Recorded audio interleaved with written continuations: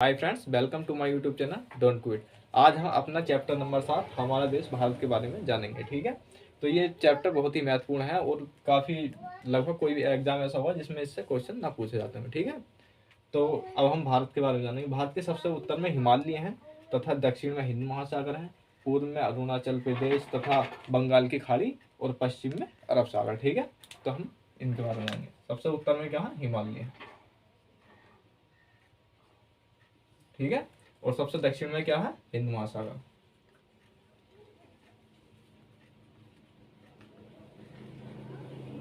हिंद महासागर। ठीक है, मैं आप हिंद महासागर को अपने लास्ट चैप्टर में डिस्कस करता हूँ कि एकमात्र ऐसा महासागर है जिसका नाम किसी देश के नाम पर रखा गया है। ठीक है, इधर क्या है? इधर है अरब सागर। ठीक है, अरब सागर,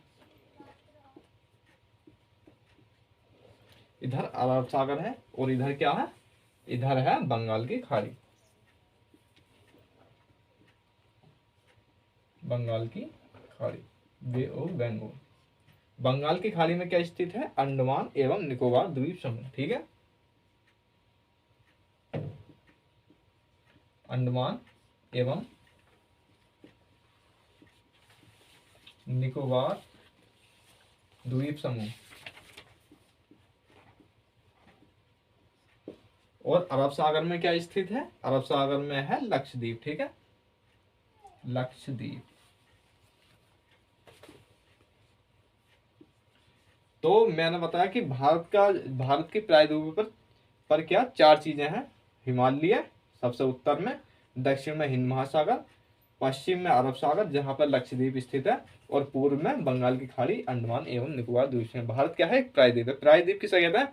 प्रायद्वीप वह होता है जिसके 3 सिरों पर पानी होता है। ठीक है, भारतीय प्रायद्वीप, भारतीय प्रायद्वीप। तो ये प्रायद्वीप क्या है? जहां 3 सिरे पानी से घिरे हैं। तो मैं भारत के बारे में पहले ही बता चुका हूँ कि हिंद महासागर जो है वो भारत के 3 हिस्सों से घिरता है। दक्षिण में आ जाता है, पश्चिम में आ जाता है, पूर्व में आ जाता है और पश्चिम में आ जाता है। ठीक है, तो ये तो हुई इसके प्रायद्वीप पर जो स्थित है। ठीक है, अब नेक्स्ट टॉपिक की तरफ चलते हैं। हर एक पॉइंट इस चैप्टर का आपके एग्जाम के लिए बहुत ही ज्यादा महत्वपूर्ण है।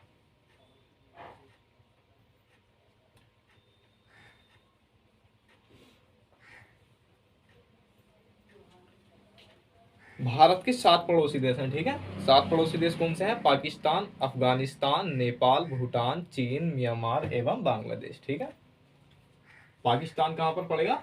यहाँ पर पाकिस्तान है, ये इलाका यहाँ से लेके यहाँ तक का, और इसके ऊपर अफगानिस्तान है। ठीक है, ये नेपाल है, ये चीन है, और ये है बांग्लादेश, और यहाँ पर है म्यांमार।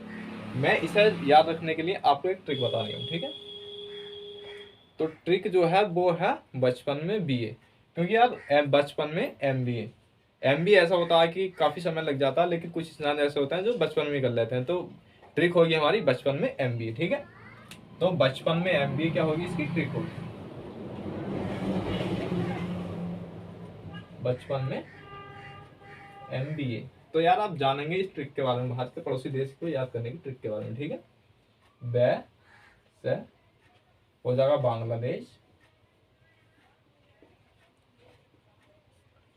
च से हो जाएगा चीन, जैसे चीन, और पास हो जाएगा पाकिस्तान,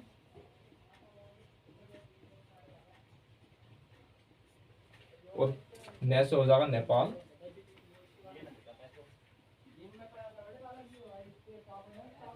तो बचपन में बीए हो जाता, लेकिन एमबीए होना बहुत मुश्किल पड़ता, तो एम को खत्म कर दो। ठीक है, अब एमबीए लिख दो। ठीक है, एम से हो जाएगा म्यांमार, बी से भूटान हो जाएगा, ए से अफगानिस्तान।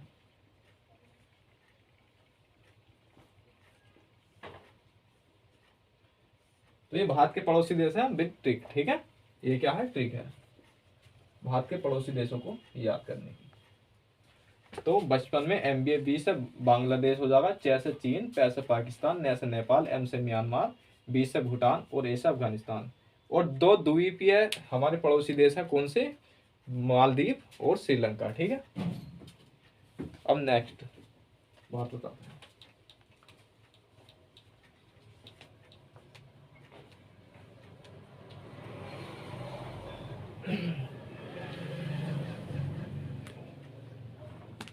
और भारत की जो आबादी है वो सन 2011 की जनगणना के अनुसार 121 करोड़ थी। ठीक है, आबादी के बारे में जान लेते हैं। भारत की आबादी कितनी थी? आबादी सन 2011 में कितनी थी? 121 करोड़।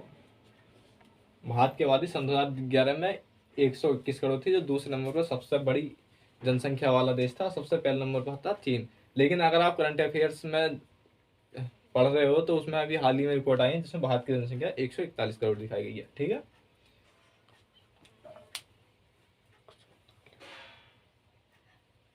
तो भारत जो है उत्तरी गोलार्ध में स्थित है और कर्क रेखा जो है इसके यहां से, कर्क रेखा लगभग इसे दो बराबर भागों में बांटती है।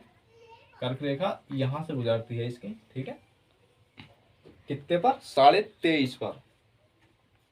ये क्या है? ये कर्क रेखा कितने से निकल रही कर्क रेखा? 23.5 पर। ठीक है, और कर्क रेखा भारत को लगभग दो बराबर देशों में बांट रही है। ठीक है, कर्क रेखा हो गया।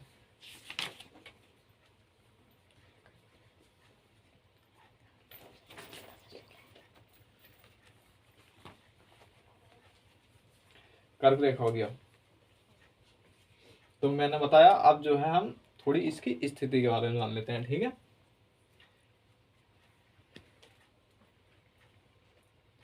तो जो हमारा सबसे दक्षिणी भाग है वो कितने पर है? 8 अंश 4 पर। ठीक है, जो सबसे दक्षिणी है ये वाला, ये कितना है? जो सबसे निचला भाग है वो कितना है? 8 अंश 4 का। इंपॉर्टेंट है, किसी भी एग्जाम में पूछे जा सकते हैं। ठीक है, और जो सबसे उत्तरी है वो कितना है? 37.5 का। 36 है ये, मैं बता रहा हूँ। ये 8, 12, 16, 20, 24, 28, 32, 36, इस तरह से 4 4 है। तो जो सबसे दक्षिणी वाला जहाँ से हिंद महासागर टच हो रहा है वो कितने पर है? 8 अंश 4 पर। ठीक है, जो सबसे ऊपर का है, जो सबसे उत्तरी है वो कितना? 37 अंश 6 का। बहुत ही इंपॉर्टेंट है, ये पता होना चाहिए। और जो सबसे पश्चिम का भाग है, ठीक है, जो सबसे पश्चिम का भाग है वो है 68 अंश 7 का। ठीक है, 68 ये आ रही है रेखा, तो इस प्रकार मिल रही है। ये यहाँ पर है, लेकिन हमने नेक्स्ट अपने जो मानचित्र है उसमें इसे यहाँ पर बनाया। ठीक है, तो ये जो है सबसे ये वाला, ये कितने पर है? ये 68 अंश 7 पर। ठीक है, पश्चिमी। और जो पूर्वी है वो 97 अंश 25 पर है। ठीक है, 97, 96, और ये 197, और 25 कहाँ जाएगा? 28 और 24 के बीच में, लगभग यहाँ पर। तो ये कितना है? ये 97 अंश पश्चिम है। ठीक है, तो सबसे जो दक्षिण का भाग है वो कितने पर है? 8 अंश 4 पर। जो सबसे पूर्वी है वो कहाँ पर है? वो 37 अंश 6 पर है। जो सबसे सबसे सबसे उत्तर का 37 अंश 6 पर, सबसे पूर्व का 97 अंश 25 का है, और जो सबसे पश्चिम का है वो है 67 अंश 7 का। ठीक है,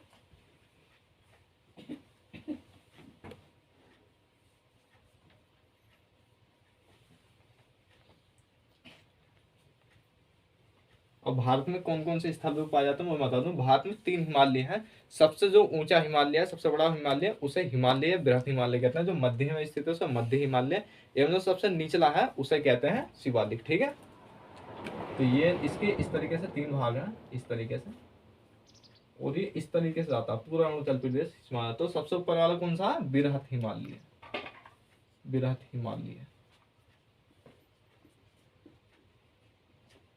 बृहत हिमालय। ठीक है, और जो जो दूसरा है वो है हिमाद्री या मध्य हिमालय, या मध्य हिमालय, या मध्य हिमालय। और जो सबसे निचला वाला हिमालय वो कौन सा है? वो है शिवालिक।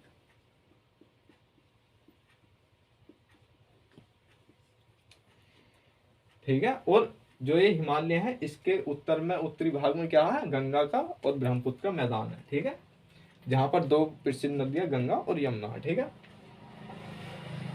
और अगर हम यहाँ पर आ जाए उत्तर से थोड़ा दक्षिण में जाए तो यहाँ पे क्या है, विंध्य की पहाड़ियां, विंध्य की पहाड़ियां हैं यहाँ पर। और विंध्य की पहाड़ियों के विंध्य की पहाड़ियों के उत्तर पश्चिम में क्या है, अरावली पर्वत। इस तरीके से आ जाएगा, ये श्रृंखला है, ये अरावली पर्वत। अरावली पर्वत के पश्चिम में क्या है, मरुस्थल। मरुस्थल, मरुस्थल क्या है, शुष्क जलवायु जहाँ पर होती है, गर्म वाली, ठीक है। और यहाँ पर कैक्टस का एक पेड़ पाया जाता है, कैक्टस और खजूर ज्यादातर होते हैं यहाँ पर, जब वनस्पति यहाँ पर ज्यादा नहीं होती है, ठीक है।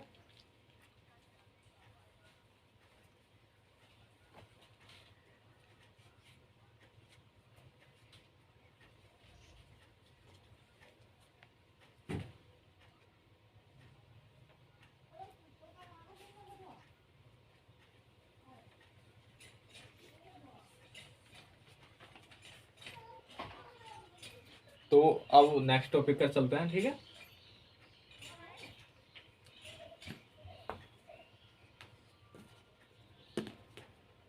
तो नेक्स्ट टॉपिक है हमारा भारत का प्रशासनिक विभाजन। तो भारत के प्रशासनिक विभाजन में मैं बता दूं, भारत में कितने राज्य हैं, भारत में 29 राज्य और 7 केंद्र शासित प्रदेश हैं, ठीक है। 29वां राज्य 2 जून सन 2014 को तेलंगाना आंध्र प्रदेश से टूट कर बना, ठीक है। तो भारत में कितने राज्य हैं, 29 राज्य एवं 7 केंद्र शासित प्रदेश, 7 केंद्र शासित प्रदेश हैं। और 29वां राज्य कौन सा था, तेलंगाना। और ये कब बना था, 2 जून सन 2014 को। ये 2 जून सन 2014 को बना था। और भारत की राजधानी क्या है, भारत की राजधानी दिल्ली है, ठीक है। भारत की राजधानी क्या है, भारत की राजधानी दिल्ली है।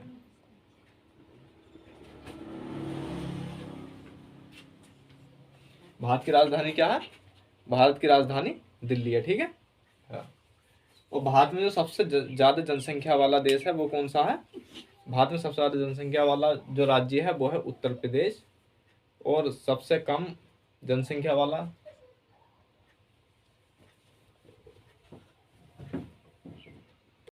तो भारत में जो है आपकी जो बुक में दे रखे हैं वो 29 राज्य एवं 7 केंद्र शासित प्रदेश दे रखे हैं, ठीक है। और जो इसमें 29वां राज्य है वो 2 जून सन 2014 को बना था। लेकिन अगर हम करंट की बात करें तो जो अब वर्तमान समय में 28 राज्य एवं 8 केंद्र शासित प्रदेश हैं, ठीक है।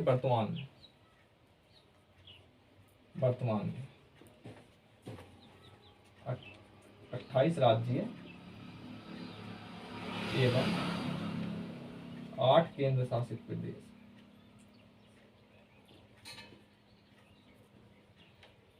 8 केंद्र शासित प्रदेश हैं। तो मैंने दोनों बता दिए, जो बुक में दिया हुआ है वो 29 राज्य और 7 केंद्र शासित प्रदेश है, लेकिन वर्तमान समय में हम देखें तो 28 राज्य और 8 केंद्र शासित प्रदेश हैं, ठीक है।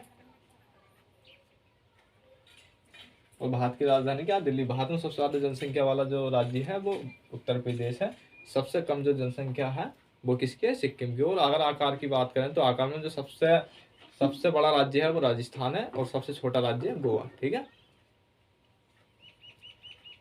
अब इस तरीके से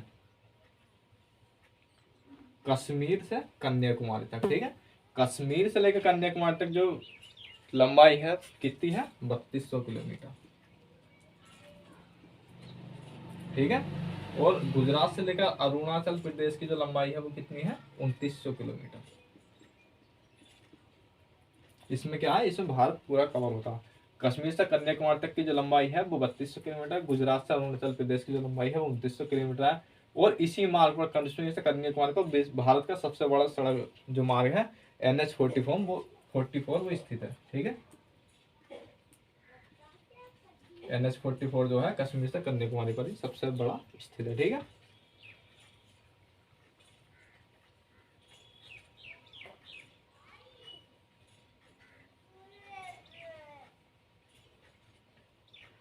तो भारत का जो मानक समय है वो कितना है, 82:30। ये कितना है, ये 84 है, तो 84 से यहाँ पर ये क्या है, भारत का मानक समय, ठीक है।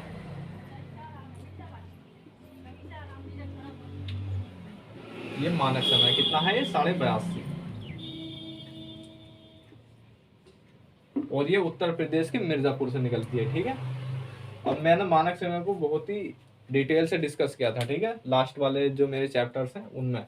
तो मानक समय के लिए मैंने बताया था कि एक अंश के लिए 4 मिनट का समय होता है। तो इसमें और इसमें कितना डिफरेंस है, इसमें जो यहाँ से है 34 से, जो क्या ये वाला जो अंश था, ठीक है, और इसमें सबसे अरुणाचल प्रदेश वाले में कितना अंतर था, इसमें अंतर था 9 का, 29 अंश का अंतर था इसमें, इसमें और इसमें 29 का अंतर था इसमें, ठीक है, 29 अंश का अंतर।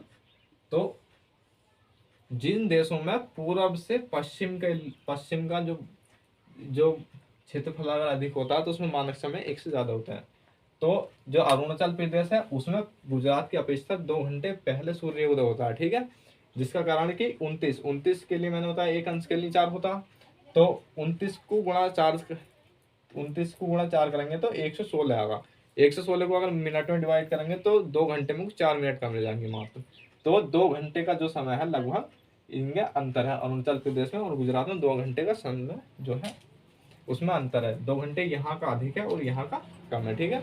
और बाकी जो अमेरिका है, अमेरिका में 7 मानक समय है और कनाडा में 6 मानक समय है, ठीक है। जबकि कनाडा जो है अमेरिका से क्षेत्रफल में ज्यादा है, दूसरा सबसे बड़ा है कनाडा और तीसरा सबसे बड़ा है अमेरिका। लेकिन क्या है कि जो कनाडा है वो इस तरह से तो कम है लेकिन इस तरह से ज्यादा है, तो उसमें मानक समय 6 है, लेकिन अमेरिका इस तरह से ज्यादा है, ठीक है, तो उसमें 7 मानक समय है, ठीक है।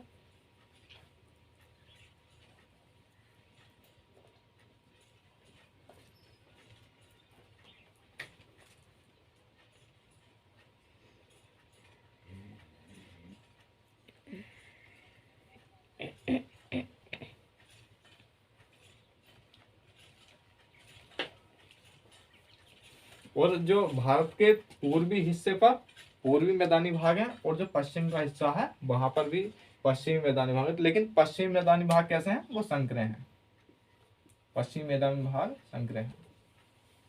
और जो पूर्वी भाग है वो कैसे हैं, वो चौड़े हैं, ठीक है। तो अब मैं लगभग जितनी स्थिति थी भारत की मैंने इसमें कवर की है, और आने वाले चैप्टर्स में ये और भी क्लियर हो जाएगा, क्योंकि लगभग आपकी जो किताबें हैं वो भारत की स्थिति पर ही है। तो अब जो इसके बाद 1-2 टॉपिक रहेगा मैं इसे नक्शे को साफ करके वो बता देता हूँ।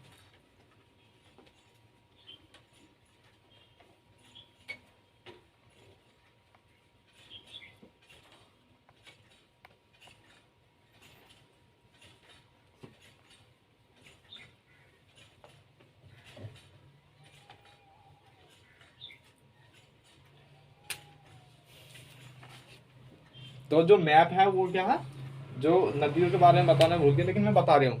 नदियाँ जो है नर्मदा और ताप्ती नदियाँ कहाँ से निकलती हैं, विंध्य की पहाड़ियों से निकलती हैं। और मात्र 2 नदियाँ ऐसी हैं जो अरब सागर में जाती हैं, ठीक है। और जो बाकी नदियाँ हैं वो बंगाल की खाड़ी में जाती हैं। और बंगाल की खाड़ी में जब गंगा और ब्रह्मपुत्र गिरती हैं, गंगा ब्रह्मपुत्र कहाँ पर गिरती है, बंगाल की खाड़ी में। तो जब ये गिरने से पहले क्या करती हैं, गिरने से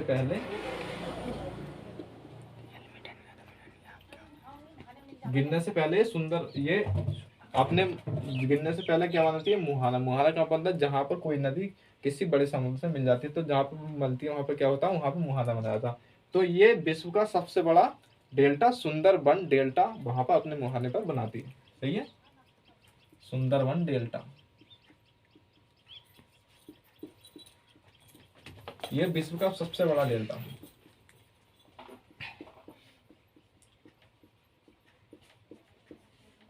विश्व का सबसे बड़ा डेल्टा, ठीक है।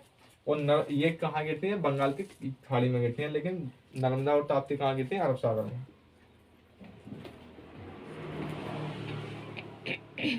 नर्मदा ताप्ती कहाँ गिरती है, अरब सागर में।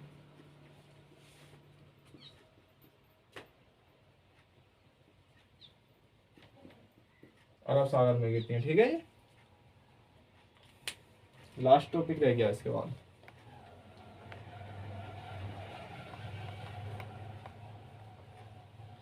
तिरपाल,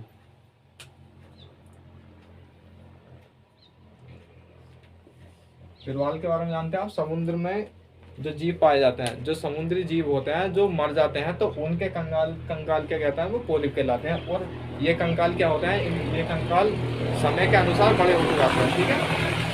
जो इनके कंकाल होते हैं वो समय के अनुसार बड़े होते जाते हैं, और इनके ऊपर जो कंकाल होते हैं उनसे क्या होता है, एक द्वीप का निर्माण हो जाता है जहाँ पे इंसान रहते हैं, ठीक है।